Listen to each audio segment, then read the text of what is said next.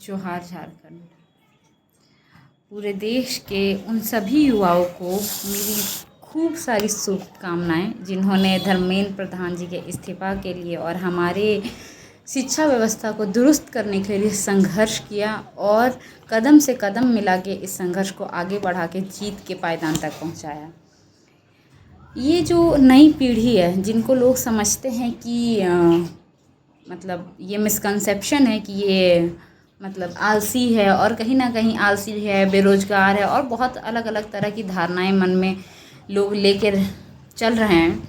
और शायद इन्हीं धारणाओं का परिणाम स्वरूप हमारे माननीय चीफ जस्टिस ऑफ इंडिया ने बातों ही बातों में आक्रोश में आके कह दिया था कि कॉकरोचेज़ हैं, और परिणाम स्वरूप पूरे युवा पीढ़ी ने इस चीज़ को साबित कर दिया कि संविधान और संविधान के नियम को हम कभी भी किसी भी प्रकार का आँच नहीं आने देंगे।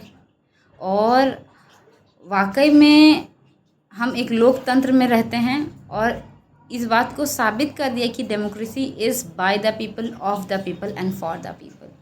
कि जब जब किसी भी व्यक्ति को इस बात का अभिमान हो जाए कि वही सर्वस्व है, तो जनता उसे याद दिलाती है कि आप सर्वस्व नहीं हैं, हम लोकतंत्र में रहते हैं और लोकतंत्र में नागरिक सर्वस्व होता है। आप हमारे नौकर हैं, आपको चुना गया है व्यवस्था को ठीक तरीके से चलाने के लिए।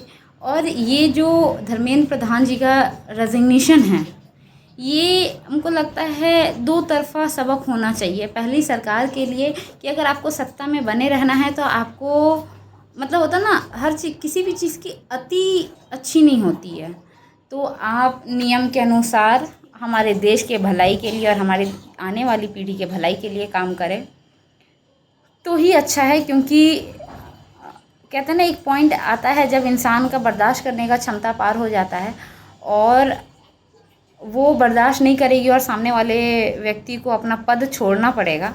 और अपना पद छोड़ने से अच्छा है कि आप पद में रह के पद की गरिमा को बनाए रख के जनता के लिए काम करें।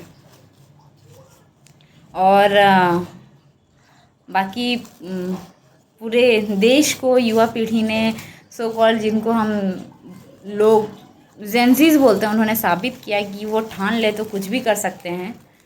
और ये तो बस शुरुआत है।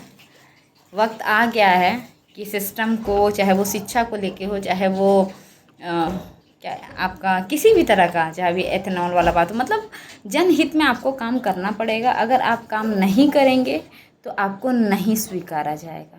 चाहे आपको अस्वीकार करने के लिए और आपको ये बात बताने के लिए कि हम क्या कर सकते हैं, चाहे रोड पे आना पड़े, चाहे कुछ भी करना पड़े। So it's time to change.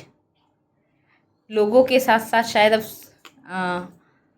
अब वाकई में हम कह सकते हैं कि शायद हमारा अच्छा दिन आने वाला है। और ये अच्छा दिन कोई सरकार या कोई व्यक्ति नहीं, एक पीढ़ी लेके आएगी जो बदलाव के लिए लड़ेगी और बदलाव लेकर आएगी। ये जोश हमेशा सभी युवाओं में रहे और हमेशा वो अन्याय और गलत के खिलाफ लड़े। और ये विजय ये साबित करता है कि अगर चाह लिया जाए तो कुछ भी मुमकिन है। भले ही रास्ते में तकलीफ़ें आ सकती है, बहुत तरह की अड़चनें आ सकती है, but at the end of the day हमेशा जीत सच्चाई और अच्छाई की होती है। और being a part of democratic country हमारा ये अधिकार है। और समय समय पे लोगों को बताना पड़ता है कि क्या सही है क्या गलत।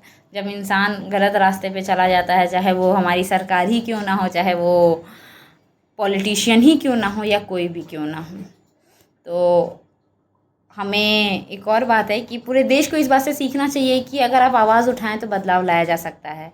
सिर्फ केंद्र में नहीं, राज्य में भी अगर किसी प्रकार का ऐसा बात होता है या फिर किसी विधानसभा में भी ऐसी कोई बात होती है, तो ये एक बहुत बड़ा एग्जाम्पल है हम सबके सामने।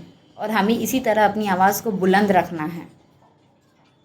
इसी बात को कह के हम अपनी बात को विराम देती हूँ। और I am really really very happy. ठीक है, I am really very happy. मतलब शायद ही आज से पहले मुझे किसी पॉलिटिकल डिसीजन से, और सिर्फ मैं ही नहीं, शायद ही कभी कोई युवा पीढ़ी इतना खुश हुई होगी, क्योंकि ये हर उस व्यक्ति की जीत है जो आने वाली पीढ़ी और शिक्षा के लिए अच्छा सोचता है। ठीक है, तो I am really very happy and all of the people, चाहे किसी ने वीडियो बनाने के थ्रू, चाहे किसी ने प्रोटेस्ट में जाके, चाहे किसी भी ने खाना ऑर्डर कर, सब ने एक दूसरे को बहुत सहयोग किया। हमें इसी तरह एक दूसरे का साथ दे के आगे बढ़ना चाहिए एंड आप सभी लोगों का बहुत योगदान रहा है और उस योगदान का ही स्वरूप है ये जो हम चाहते थे जो हुआ।